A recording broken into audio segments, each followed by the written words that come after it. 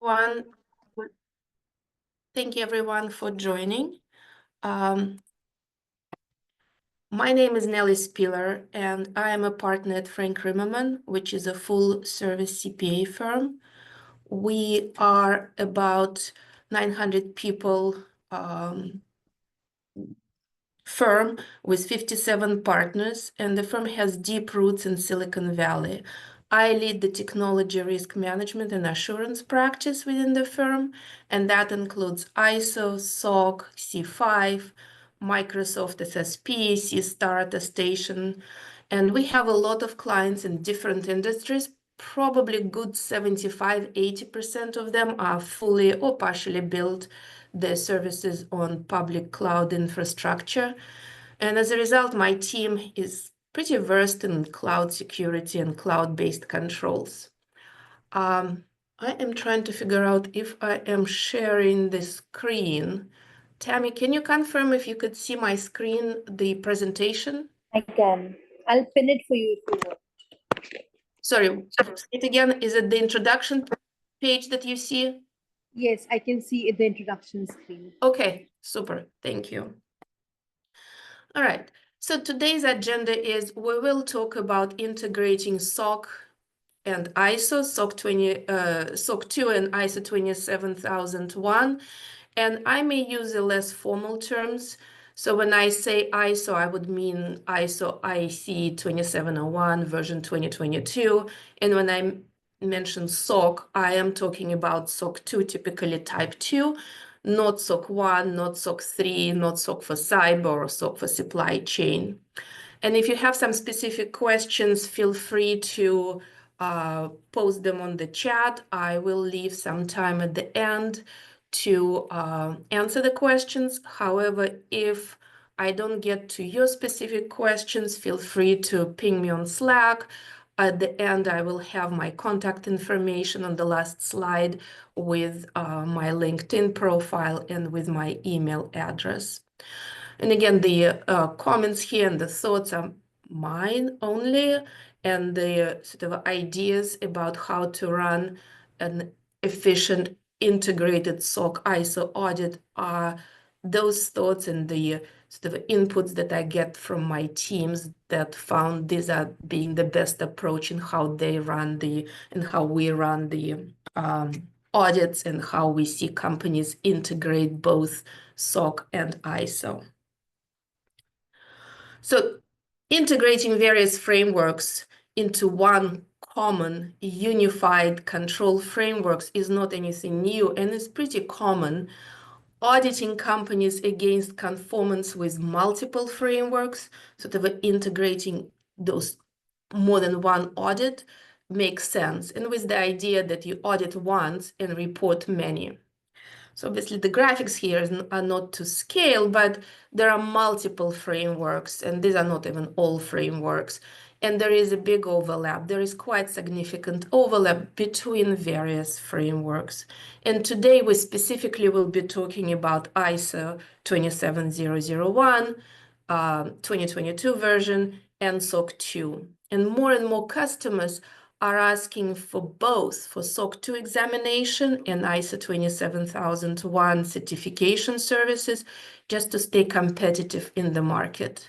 And pursuing both audits simultaneously is often important and key to streamlining your compliance efforts, reducing cost, and strengthening your company's security posture.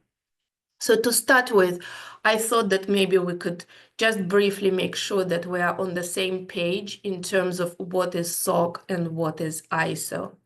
So SOC is a framework that was developed by AICPA, and it's a voluntary compliance standard.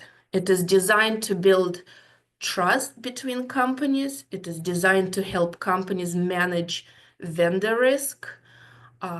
It is designed for service organizations, for companies to show that they implemented strong internal controls to meet their commitments to customers, commitments relevant to security, commitments relevant to availability of their services, safeguarding confidential information, processing integrity, and taking care of PII privacy. And also to show that these controls were evaluated rigorously by an independent auditor.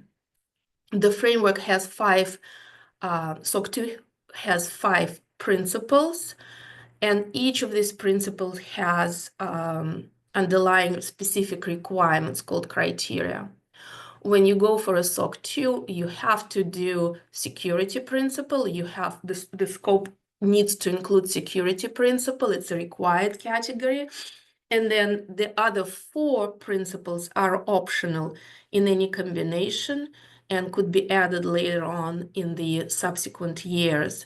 You may have security year 1, you may have security, availability, confidentiality, which is a very common combination. Like if you look at the AWS SOC2, it will be security, availability, and confidentiality criteria. So companies, when they are planning to comply with SOC2 frameworks, need to meet criteria within the category or within the principle that they selected. And there are no required controls. There is no required list of SOC2 controls. There are best practices. There are controls that your customers may be expecting, but each company, when evaluating criteria, need to address it with their unique set of controls. The controls that are reflective of their processes, of their services. So again, there is no list when I'm being asked sometimes, give me a list of required SOC2 controls. There isn't such list. Again, there are requirements, and companies have controls to meet those requirements. And audit firms can suggest that these are the templates that you could use and then customize to your own processes. ISO is an international standard, the 27001. It is currently in the version 2022. Companies that are on the previous version, on 2013, have until October of this year to transition to the new version. There was a 3-year transition period, which ends in October of this year. ISO standard consists of 2 parts. One is called management clauses, and they are mandatory. Sometimes people refer to it as administrative clauses, but these are management clauses 4 through 10, and they are required. These are clauses that help company to put together an information security management system, ISMS. You will see it in the ISO world, ISMS as the term, so information security management system. Think of it as a synonymous with a program. So you need to put together a security program that is in conformance with the ISO standards. And these management clauses help you to put it together, to think through. As you go through each clause, and addressing it, you are putting together that program. And then there is another part of the standard is Annex A controls, 93 controls broken into 4 categories that talk specifically of how ISMS is implemented. So once you stand up that ISMS, your auditors will check for conformance of your ISMS with the standards. Once they complete the audit, they provide all that information to a certification body that awards you the ISO cert. The cert is valid for 3 years with 2 annual surveillance audits in between the recertifications. So this year, let's say in 2025, you have initial cert, then you have 26 surveillance 1, 27 surveillance 2, and then 2028 you will fully recertify. It's a full recertification. Surveillance audits are probably 50-60% of the scope of the full cert, just for the auditors to make sure that you are maintaining your ISMS. Once you get a cert, your certification body will add that cert to the international cert database. I put a link on the slide where you could find the certificates, and that is for anyone to verify the validity of the certificate. In that link, you could also find all internationally, all accredited certification bodies. There is a link there for accreditation bodies, for certification bodies, and for the certificates to search for certs. Let's see. So benefits of this unified control framework and also integrated audits. So by unifying, by combining ISO and SOC, your companies can create a robust, a more comprehensive security posture that not only enhances the overall security, but also provides some business benefits. So when SOC and ISO is combined, there is a much broader risk coverage. The companies gain more holistic view of their security landscape and identify potential vulnerabilities that might otherwise be missed. Both frameworks emphasize the importance of establishing and maintaining robust security controls, which leads to combining those frameworks leads to more standardized, more consistent approach to security across the whole company. Both standards require pretty thorough documentation of the policies, of the procedures, and performance of the controls. This documentation serves as a valuable resource to employees, or might serve as a valuable resource for employees and management. Many controls overlap. Let me just find the new. Between the two frameworks, and many areas overlap. So by unifying those two frameworks, a company can minimize redundancy and streamline the security and compliance efforts. It does allow for optimization of resources, to a more efficient use of people and time. It does reduce cost of compliance once that unified control framework is implemented. It reduces impact on the teams, so that to avoid audit fatigue. Nobody likes to be audited as much as I wish it. People like that. I do like to audit, but teams typically, or companies, don't want more audits.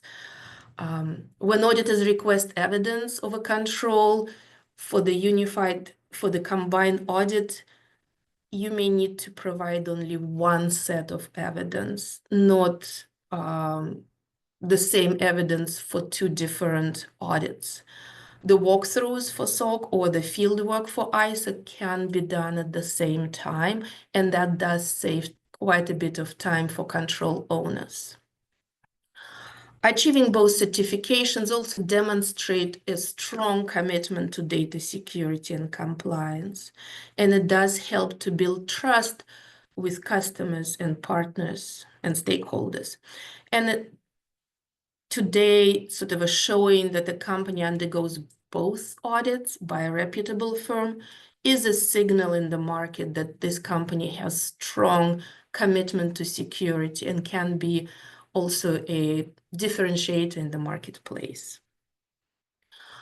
Obviously, there are some constraints, there are some challenges in having a unified control framework where you are combining both SOC and ISO, and running an, let's call it, integrated audit, or when you run SOC and ISO audit together, there may be some challenges.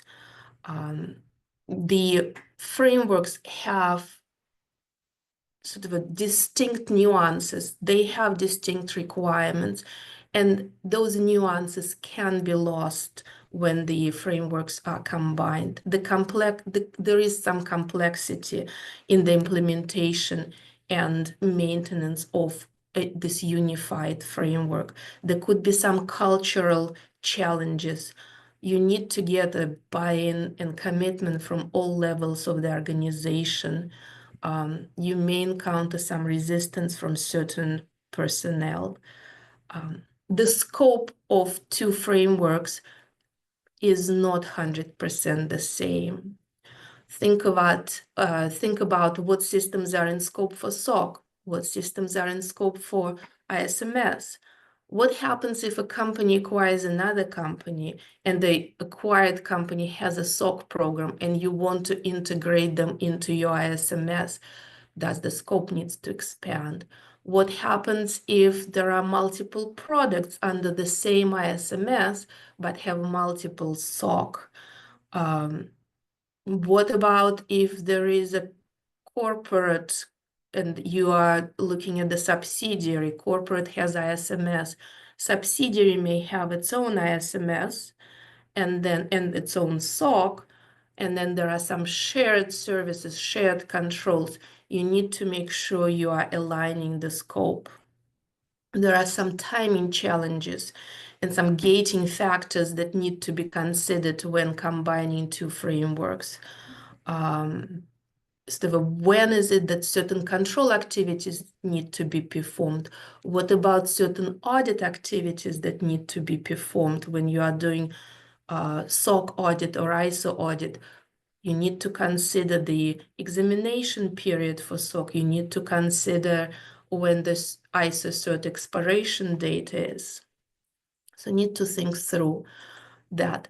And also running the integrated audit planning is important. Setting up expectations, deadlines, defining responsibilities is more challenging than if you are running one audit at a time, when it is just one framework. Who is responsible for what? Who is responsible for scheduling different meetings? What are the communication mechanisms? So you need to think through that. Walkthroughs or field work for ISO and SOC, when combined, it is typically shorter than each individual, but it does take time, and the control owners need to be aware of that. It could be more intense, more involved audits or those walkthrough, this field work, than if it is run separately. And finally, complacency. There is always a risk of complacency here. So achieving certification for both can create a false sense of accomplishment and the belief that all security issues are resolved. This can lead to sort of a neglecting emerging threats, vulnerabilities, evolving security best practices. Companies may focus solely on meeting those minimum requirements of the framework, viewing them as a checklist to be completed rather than a continuous improvement process. It can lead to a decline in vigilance, sort of a false sense of security, as the focus shifts from proactive risk management to simply maintaining compliance.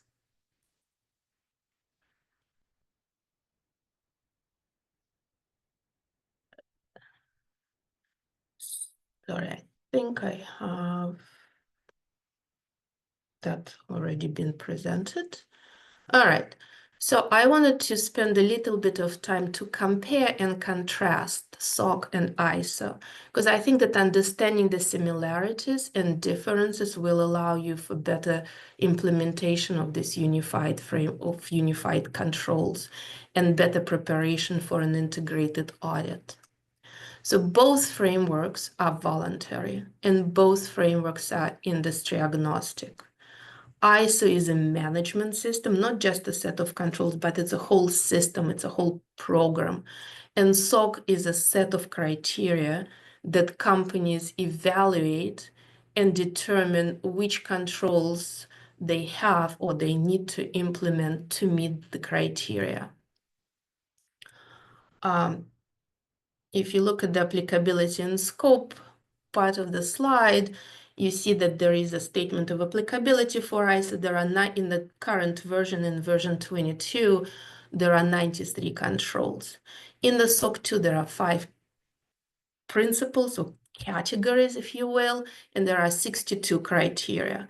There are points of focus close to 300 of those points of focus for each of the criteria. Think of them as more of a illustrative controls or things to consider or points to consider when reviewing the criteria and what controls you might have.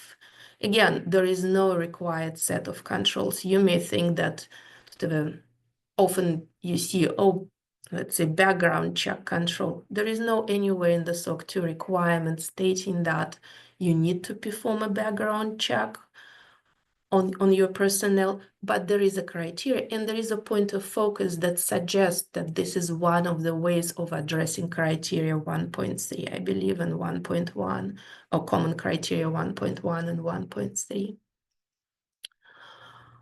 ISO typically takes longer to prepare, and the objective, as I mentioned, of ISO is to assess conformance of the ISMS or with the 27001 standards. Whereas in the SOC2, the objective of the audit is to evaluate control design, control effectiveness for type 2, and the fairness of the system description of how system description, that section 3 of your SOC report, is it fairly presented?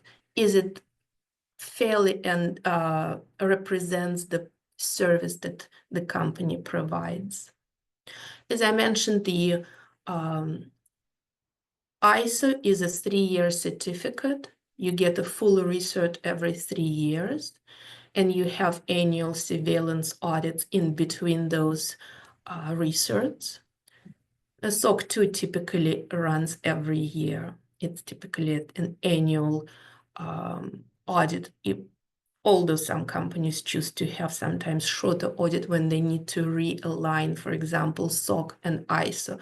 So that to make sure that those timing considerations are implemented. ISO cert is issued by an accredited certification body. SOC report is signed by a licensed CPA that is registered in the state where the customer is. So if I'm doing an audit, a SOC audit on a customer that headquartered in the state of Colorado, for example, my firm needs to be registered in that state and fully licensed to be performing audit there. The certification bodies, internationally accredited certification bodies, can do their assessments, or issue certificates for any company anywhere in the world. The audits for SOC audits are performed by a service auditor supervised by a licensed CPA. And for the ISO, the lead auditor performs the audit. And each certification body may have some additional requirements for their lead auditors. Like, for example, in my certification body, in my firm certification body, in addition to being properly certified and having experience, we do require our lead auditors to be supervised or be witnessed on 3 audits when they perform and get feedback before we allow them to run the audit without being witnessed. The field work for ISO audit, or when the actual audit is performed, is pretty defined. You would agree with your auditors on the duration of the field work. And the fieldwork is the set of interviews with process owners where the auditors review documents and records. And the whole audit, so there is obviously planning for the audit, there is a reporting, but the whole audit is performed during the fieldwork. For ISO. For SOC, there is more flexible. The sampling is quite different. Sampling for SOC depends on the auditor sampling methodology. Say, depending on the population, it could go up to 25. Sometimes it could go to 50 even. I've seen sampling methodology. In the ISO, the sampling is a bit smaller. The evidence review is different for ISO versus SOC. For the ISO, all the evidence, everything is reviewed during the field work. So we're asking the process or control owners to share their policies that they follow in implementing the controls. And together we're looking at what the policy says and how this policy is actually implemented in practice. If the policy says that you need to encrypt production databases, then we will look at right there on screen at the production databases to take and see, are they encrypted?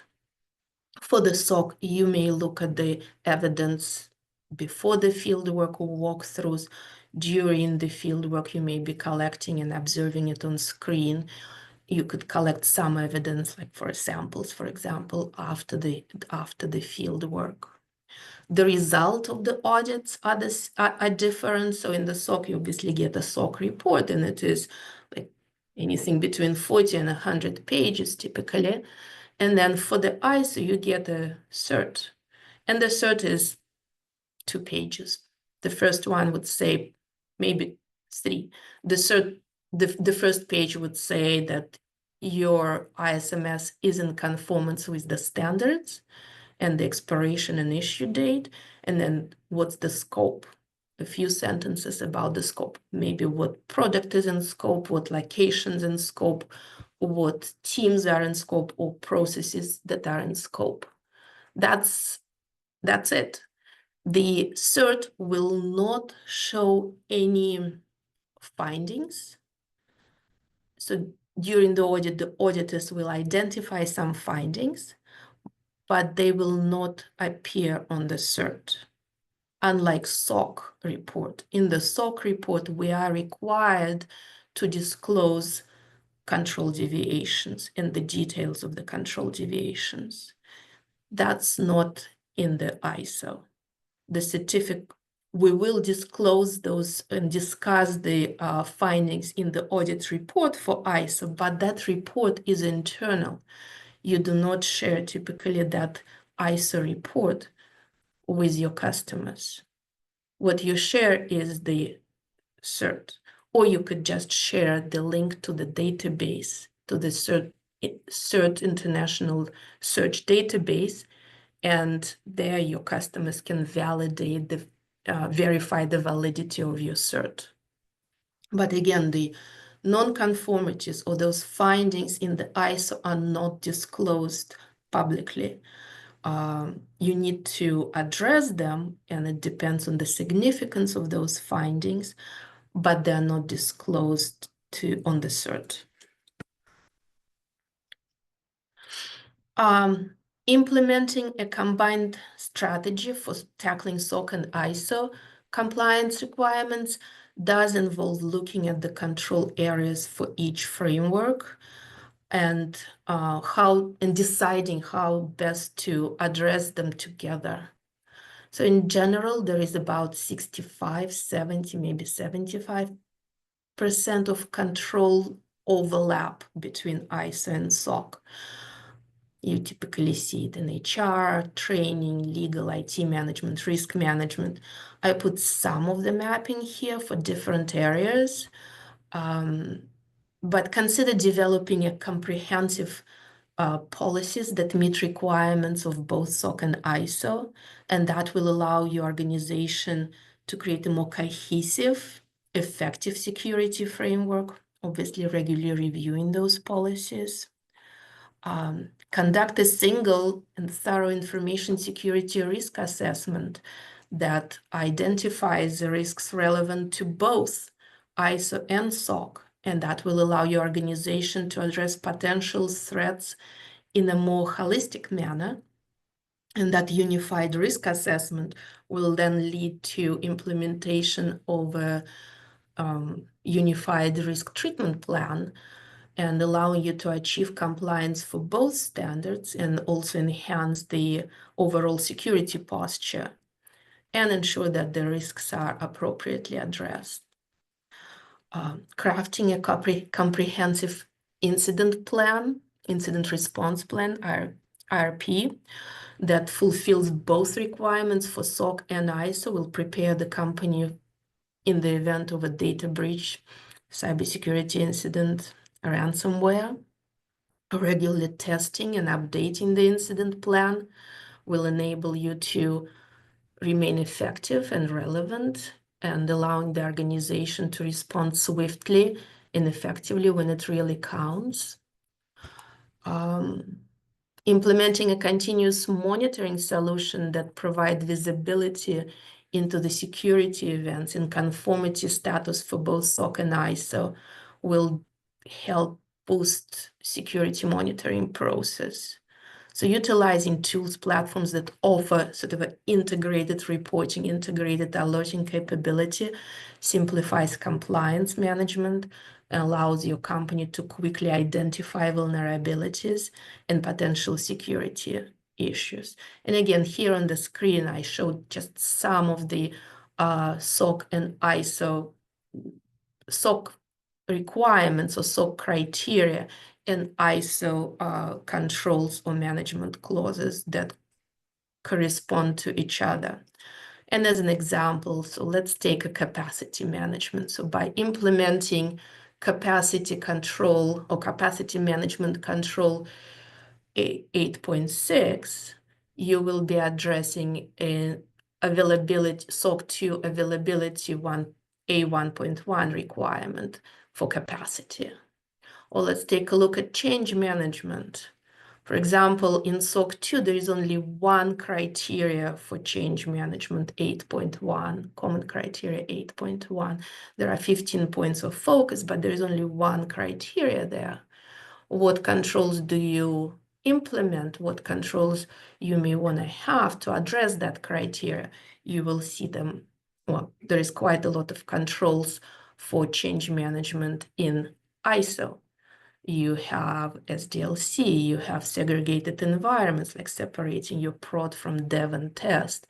You have to look at the controls over outsourced development. If you outsource any development, how you test your changes, what data you use in the testing or outside of the production environment. So these are the sort of how you are trying, when you look at the SOC and ISO and how you try to map that. I also thought that I will put here the sort of, if you are looking at the aligning or running ISO and SOC audit at the same time, what are the processes for SOC? What are the processes? What are the processes for ISO, and which one are could be done at the same time? So you obviously have planning for both. You have fieldwork for ISO, and then you remediate findings that were identified during fieldwork, create internal or auditors create internal audit report, and then issue cert once everything is fixed. In the SOC, you plan, you request and examine evidence, you do the walkthrough, you continue testing or examining evidence, and then you issue a report. So planning definitely could be done together for both frameworks. And then during the field work, during the ISO field work, your auditors could collect evidence that is shared between ISO and SOC and start examining it and start testing that. That could be done at the same time. And obviously walkthroughs and field work. So SOC walkthroughs where auditors are required to gain understanding or reconfirm their understanding of the processes and design of the controls. That could be done at the time of the ISO field work. Now at the end, I wanted to sum up a few points and suggest a few tips to consider should you decide combining both frameworks and work on implementing and maintaining this unified control framework and getting your ISO SOC audit done at the same time. Do consider scope. Review all the systems that are in scope for ISMS. Review all systems that are in scope for SOC. Very often they are different. Let's just think, for example, you are doing user access reviews, you are reviewing users who have access to systems and their permissions. We often see that SOC has a subset of systems and fewer systems than what is in scope for ISO or what is in scope in the ISMS. Make sure you define implementation criteria for your controls, that you design those controls that meet both frameworks and that they're addressing the risk and that can run effectively. Because you do need to make sure, or auditors need to make sure to check for the control effectiveness over the period for the SOC. Each framework has nuances that are easily overlooked. Again, they are not identical, those frameworks. So if you are not sure about specifics of each framework, hire a competent consultant. If you don't have competencies inside your company, get advice. Calendar the recurring activities. Often we see the some ISMS are just kind of neglected during the year between the audits, between let's say surveillance audits. Ensure that those controls are performed throughout the year, not at the last minute before the external auditors come. Ensure the process owners understand what is required of them, that they perform the activities, obviously, but also understand the requirements of both frameworks, the specific expectations of them. The overall combined frameworks do take, once implemented, less time, but the audits could be more intense, although shorter, but more intense. Kind of try to pack in more in the shorter time. Align the scope. The scopes could be different. Take your time. Calendar activities, ensure process owners understand their responsibilities. Timing of the audit. What are the gating factors? You do need to consider what's the expiration date for your cert, what's the examination period end date. You need to make sure that these are aligned. Work with your auditors to discuss how you could align those. Mapping, make sure that the controls are mapped, and not only controls, but also SOC evidence requests. When your auditors are going to be collecting the evidence for each SOC control, each piece of evidence, what is collected during ISO fieldwork and what is collected separately. Ensure that any compliance requirements identified as not being mapped to ISO are considered, that the controls or any evidence that is not collected during ISO added to the document request list. If needed, schedule additional walkthroughs to review the delta that is not overlapping. Communication, it's always the topic. Have frequent status calls, have catch-up calls. The closer you are to the field work, the closer you are to the audit, the more frequent those communications should be. Discuss responsibility, discuss what auditors are doing, who is doing the mapping, who is doing review, what document collaboration tool is used, what triggers updates to the status. Do you want auditors to post questions or wait until the field work and clear all the questions during the field work? Don't fall into the complacency trap.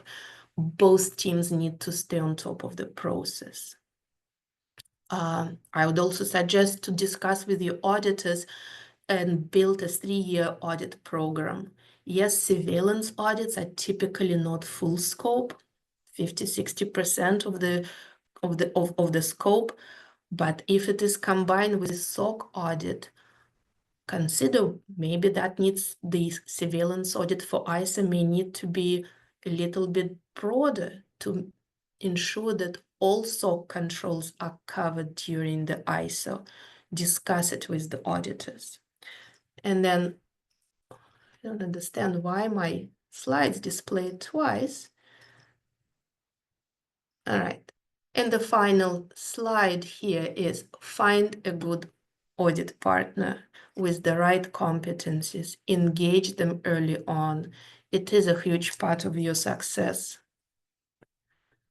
What determines a good auditor? How do you know if the auditor you are working with is good partner? Think about, do they communicate well? Do they respond to your questions? How well do they know the standards? Can they explain the standards and the requirements to you? Can the audit lead ask relevant questions for both SOC and ISO because they know and have experience how to run a SOC audit. They have experience how to run an ISO audit, so are very versed in both standards and thus can ask relevant questions during the audit. Also, do they have, apart only from knowledge of the auditing and the experience with and knowledge of the frameworks, what are their security competencies? How well do they know cloud security? Will you be explaining to them what EC2 is or what Kubernetes does? Do you need to explain to them Terraform and the CI/CD pipeline? That all takes time. So you want to make sure that your auditors meet you and have competencies that are relevant to you. How accessible is senior management? Can you reach out to them for any consultation during the year, not necessarily even during the audit? If you are, if your company is acquiring if there is a mergers and acquisition event, you are tasked to integrate the company into your SMS, run a SOC program for them, talk to your auditors, talk to the senior management in your audit firm. Auditors should be partners committed to success of your organization, not just be transactional. They should be advisors to in your security and compliance strategy, and do engage your partners early on so that you are successful in that integrated audit. So taking time to create a unified control framework and aligning your audit efforts can be difficult and require a lot of time, but there are tremendous benefits to the company in that. And here is my contact information. You can Slack me. I'm obviously on the Slack channel for Fractional United. I am on the LinkedIn, and here is my email address as well. And any questions? Let's see.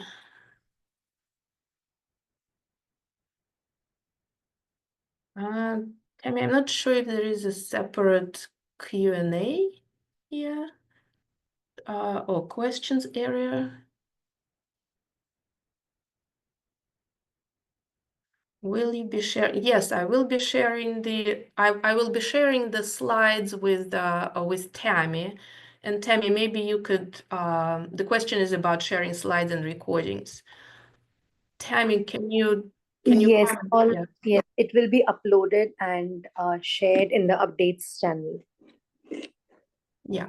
And I apologize for the sort of, it seems that I had some duplications like with the transitions between slides, but I will send them to Tammy right after this call. Sounds like we don't have any questions. Seems that everybody is pretty clear. But again, if you do have any questions after this session, feel free to Slack me. Happy to answer, happy to provide referrals to any companies, answer questions about 27001, SOC2. If you need also how privacy information management system, the 27701. Let me know. We could sort of, I could answer those questions as well. Question about how long does each one usually take? So the ISO audit field work and the work, it's like the whole ISO audit, dependent on the scope. In the 27001, we are, the accreditation bodies provide a formula, if you will, that we use to estimate the number of audit days. And each audit day is 8 hours. So let's say if it is, and I'm making up right now the numbers since I cannot remember the specifics, but let's say if it's a company that is 50 people and one location and one built on, let's say, on AWS or built on one CSP, the formula will say, okay, you need to spend 7 audited days of field work, meaning probably for the initial cert, maybe 2 days on the stage 1, where we evaluate management clauses and how company is prepared for the, and is the company ready for the ISO audit, and then maybe 5 days for stage 2. So 5 days, which is 40 hours, 2 days, 16 hours. So that's how long the field work will take.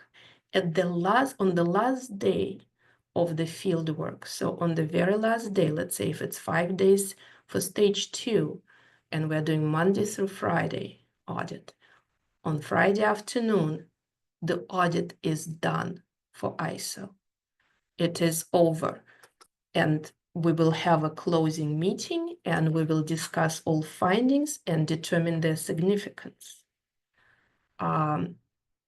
If it is determined that the audit should take 2 weeks, then it will be done in 2 weeks.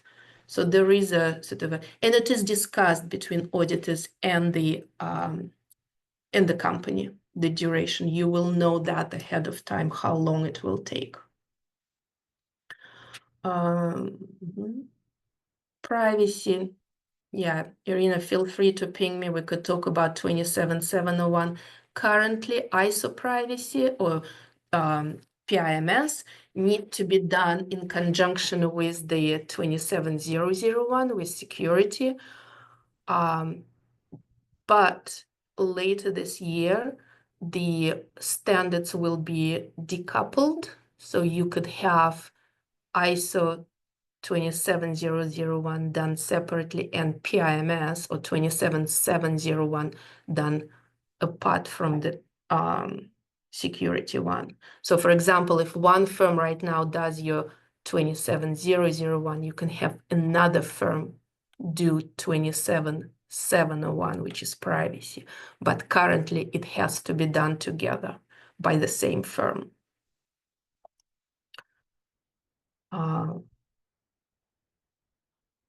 Are there any horror stories you want to share?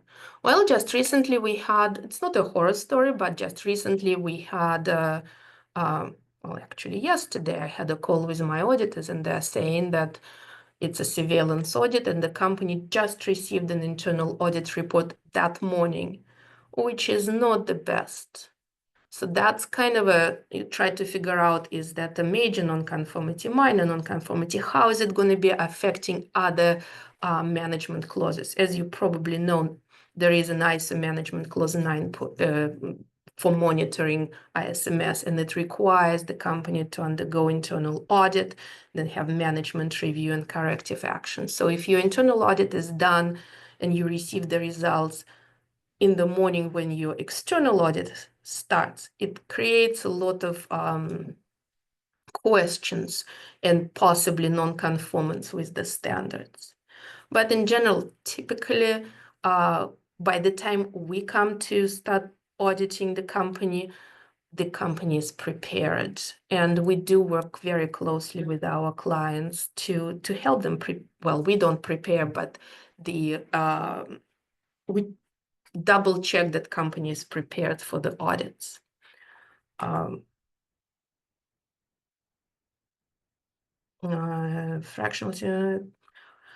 am a fractional CMO at a cybersecurity company. What are some effective ways to advise CIO on the value in implementing these frameworks? Well, first of all, the discipline and it helps with the discipline, it helps with the structure, and it helps to kind of establish repeatable processes, not too inconsistent, to standardize. That does allow for standardization.